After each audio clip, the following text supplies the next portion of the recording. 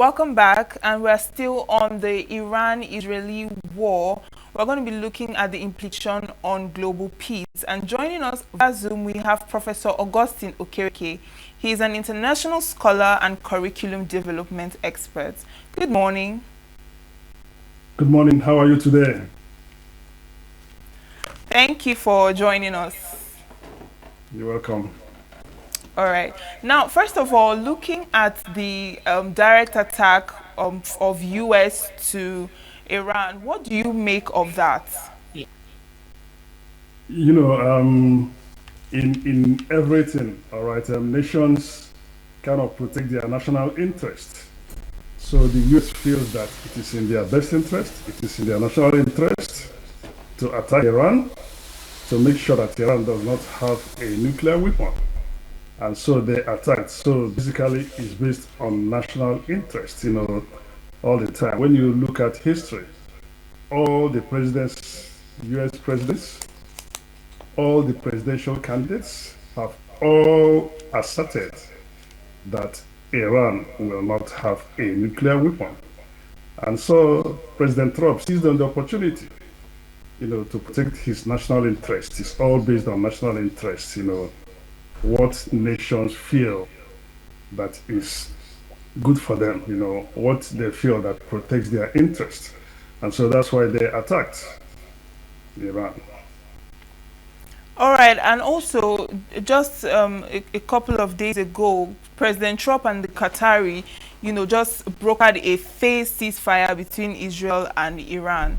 Now, how credible would you say this ceasefire is, given that there is continued missile attacks, after the deadline? Yeah, you see, just like almost all deadlines, nations flooded. In fact, as I was getting ready for this interview, I just heard that, Iran fired missile attacks. So there's already the fact that they're not keeping to the fragile peace talks. I mean, it's peace talk that is brokered on, who said what. Just listening to CNN now, saying that Trump, of course, Trump will always want to take the lead, in everything. Says that, he brokered the ceasefire, and Iran said that the US begged them for a ceasefire. So these are all back and forth. But when you look at historically, I mean, over the past weeks, Israel has been flouting out ceasefire in Gaza. Also, the same with Iran too. And so it's like most ceasefires, it's kind of fragile, but like I said, nations will do what is best for them. But that is not really the good scenario, because nobody wants war. We all want peace. But we pray that the ceasefire will hold. But as of, I think Trump just tweeted just this night here in the US that, said, please hold the ceasefire. It's kind of telling them that they have to hold the ceasefire. So we hope it works, but, we're all kind of skeptical about the success of the ceasefire. And what do you think should be the reaction of, other global power blocs in response to what is going on now? Yeah, look at their reaction. Look at the reaction of the powerhouses.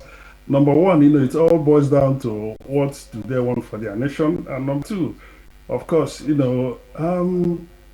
there are certain dynamics, that are in play.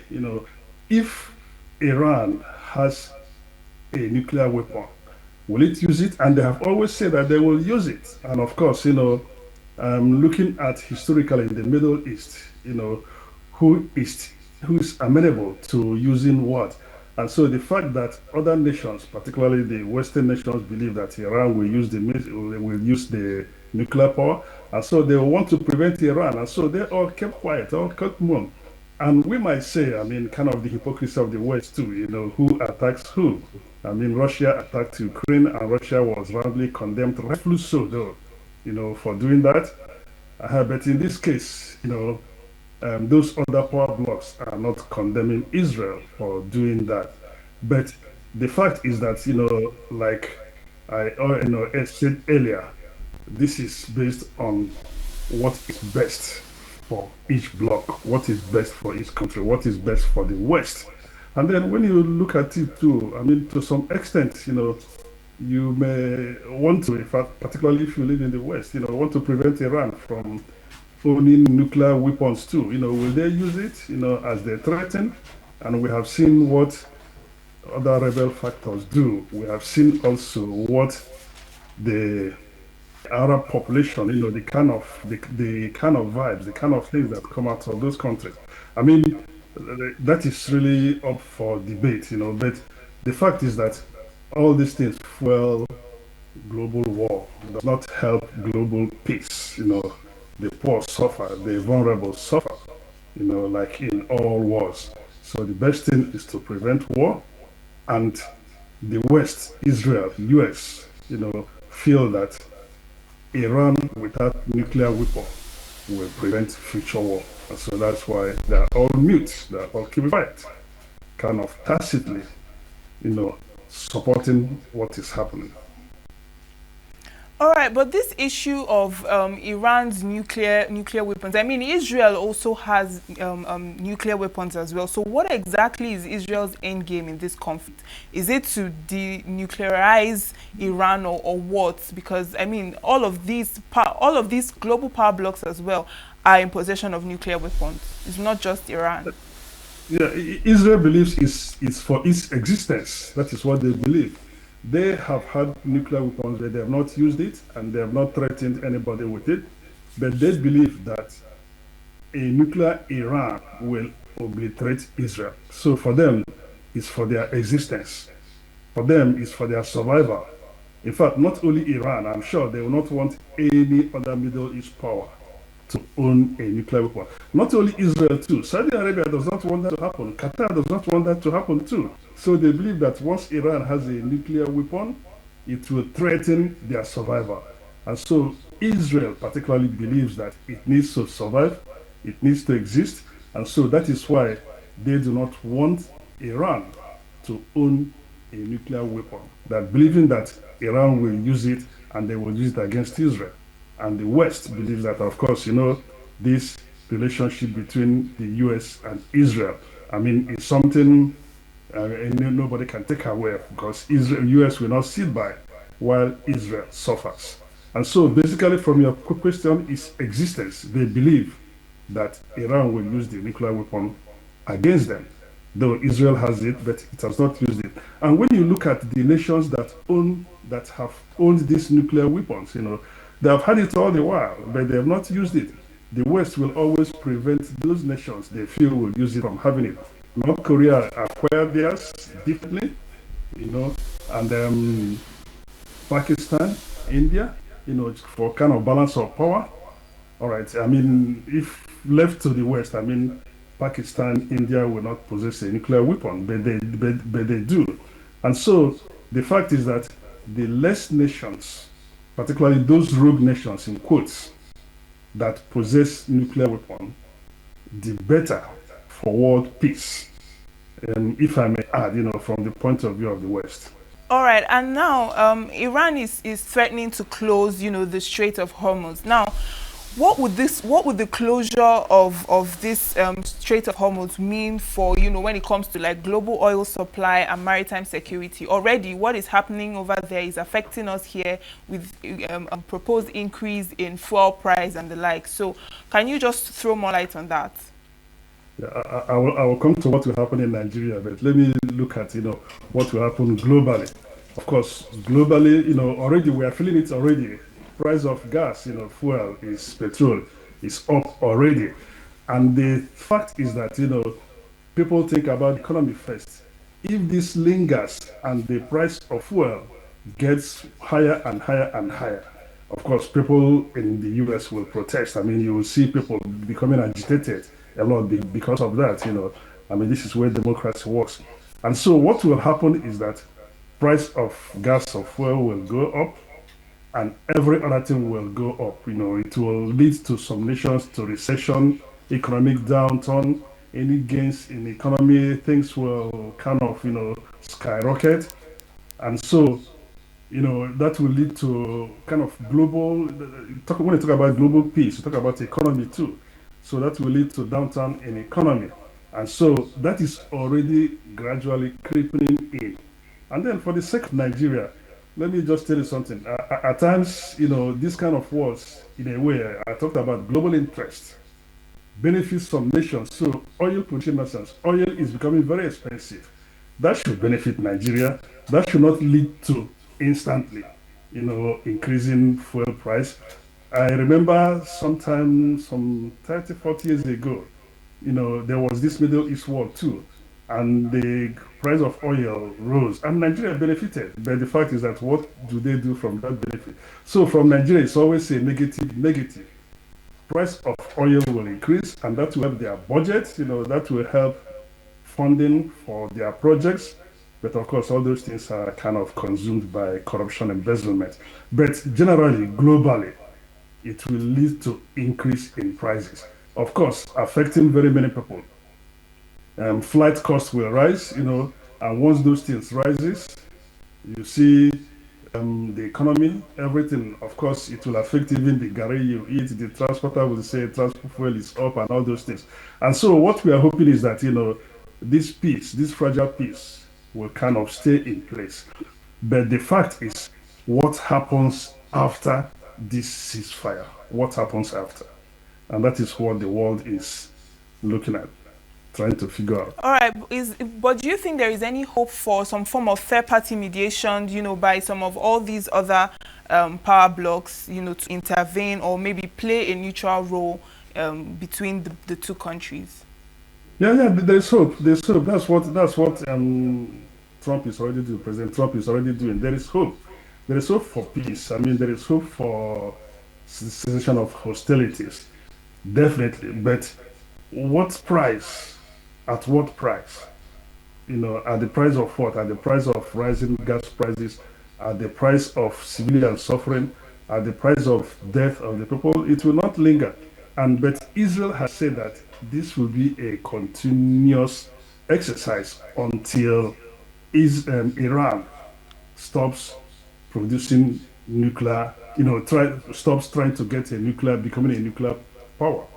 And so, will it stop? That's the question. And the question again is, will Iran stop wanting to have nuclear energy, nuclear power?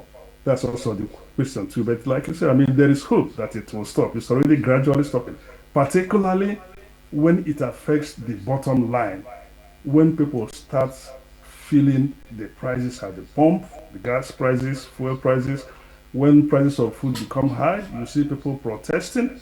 And of course, that will definitely bring people to bring leaders to come to reason. That is, leaders in the Western world, leaders in countries that think of the implications of demonstrations from their populace. All right, now looking at the U.S. involvement in all of these, I mean, first of all, President Trump launched direct airstrikes on Iran and is now talking about ceasefire. So now looking at all of this, how would you assess or what would you say about U.S. involvement and, the sincerity of whatever intentions that they have?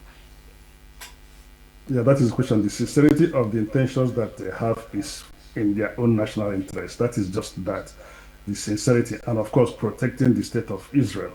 So it is in their best national interest to make sure Iran doesn't have nuclear power. It's also in their best national interest to broker peace, because the more the war gets on, the more it will affect global prices, the more things will happen. And so everything they do, I mean, talk about sincerity there, is political, it's in their own national interest. If you listen to just the news in the last hour, the way they went about brokering the peace, they had to wait. Iran needed to make sure that it, launched the missile, to revenge against Israel bombardment. They had to wait for them to do that. And immediately they did that, and then they came to say, okay, let's have peace. So all these things are brokered, are brokered to to protect national interest. Each nation is trying to protect its interest, trying to do things that will help their global power. And of course, you don't have to, you have to take, accept the fact that America is a global power. So America has that leverage to do that, to determine at a certain point, how this peace will be brokered. And so they bombed Iran, then came back and are talking of now peace. But before the peace, they had to reach out to Qatar. They had to wait for Iran to revenge, you know, and then Israel had to agree.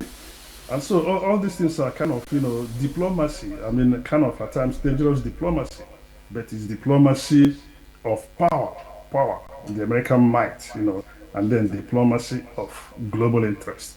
Those nations that really know what they're doing globally.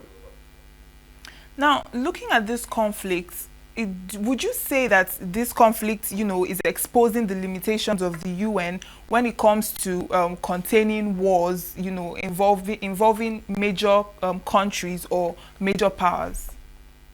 Yeah, don't you feel the UN has been kind of emasculated, in several ways, right?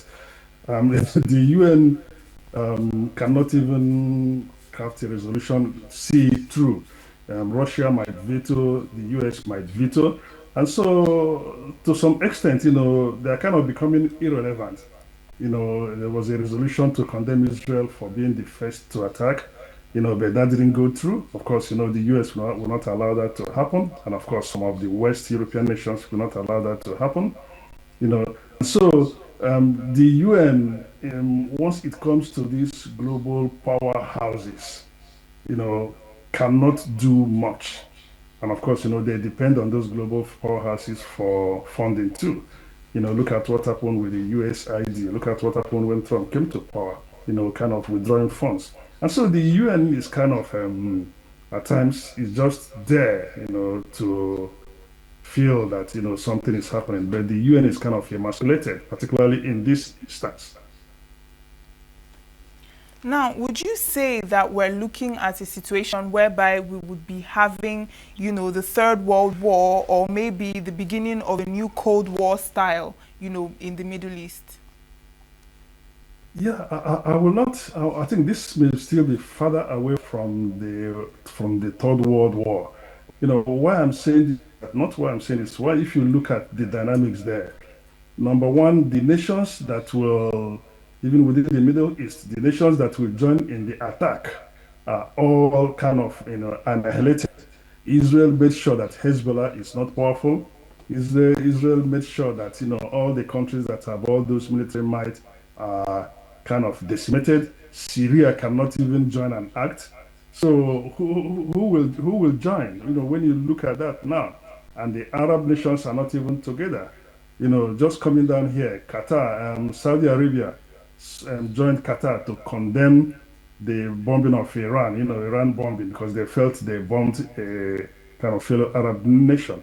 So there's no togetherness. So I do not feel the scenario that is playing now will lead to a third world war.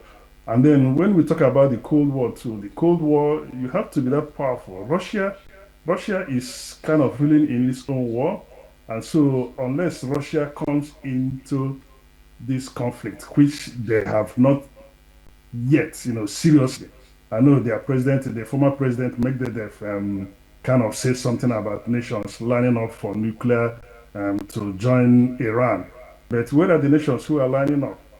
Where is the power? Look at them. I mean, not Saudi Arabia, not Qatar, not Dubai. All these nations are kind of, trying to form alliance with the US, with the West. And so there's no serious coalition there. There's no serious bloc there that will say will lead to a Cold War or that will lead to a Third World War. I'm not seeing a Third World War as of now, unless something changes that some nations join, unless China joins, and China is not indicating that they will, unless Russia joins, unless Pakistan joins. Of course, Pakistan nominated Trump for Nobel Peace Prize, even though after they condemned Israel bombing, the US bombing. All right. So there is no, I do not see any powerful nation or any serious bloc in the Middle East that come together to counter whatever the Israeli or the US is doing over there. So the nation of Third World War is kind of a little bit far-fetched at this point in time. All right, now looking at the effects that this war is already having on African countries like Nigeria. Now, what do you think that non-aligned countries like African countries can do in this situation? The African Union or ECOWAS. What would you say should be their stand, or what is their stand considering the effects this war is having already? Yeah, my answer to this question will be kind of a little bit pathetic in the sense that do they really plan on what do they really plan on any strategy? Do they really have any plan, any game plan? Look at the governments across Africa. All week. Do they really come together to think about that? You might think this is what they're planning for. I'm sorry, I'm giving the answer in this very way, but you might think they are coming together to plan to have a strategy, but I've not, unless they are, but I've not heard of any. And experience has shown that, no strategy will even evolve. Non-aligned nations should be coming together thinking about how will this conflict impact us? How will it impact Nigeria? I've just mentioned the fact that oil price will rise and Nigeria might gain more from sale of crude oil, and use that for their infrastructure. But are they really thinking how they will use that to cushion the suffering when prices of gas, go up all over the world? How will they use that? So the AU, I've not heard anything about the AU functionally in the past years. So I do not know of any plan or any togetherness in terms of planning to do that. I mean, the fact is that it's kind of pathetic in a way, but um, I do not see any strategy coming up from them. But this is a station where they should all band it together and then see how they could cushion the effects of this conflict on their citizens. How they could align, their interests. Kind of talk about national interests a lot. How they will, use kind of what is the interest of Nigeria, what is African interest in this war, and how are we going to position ourselves, in this conflict. That is things. These are discussions that they should be having. But I do not know if, due to if they're in a position to do that, because our governments are really kind of very, very weak. All right, now looking at this war, what would you say, or rather, what does this war reveal about the effectiveness or lack of international diplomatic institutions and norms that are currently in place at the moment? I will define this effectiveness through power, global power. Who has the reach? Who has the power? The US has the reach, they have the power, and so they're able to affect global diplomacy. I have not really seen, that is kind of a little bit surprising. I've not really seen much from the EU, all right, in terms of weighing in as a bloc. Um, of course, as I said, it may be it is in their own interest. I think they have said that too, that they do not support Iran having nuclear power. All right. So um, diplomacy in the recent years, has not been very effective due to the fact that these nations that have power. And of course, at times when I have these discussions, I do not blame these nations because if you put yourself in a position to effect meaningful diplomacy, then you will.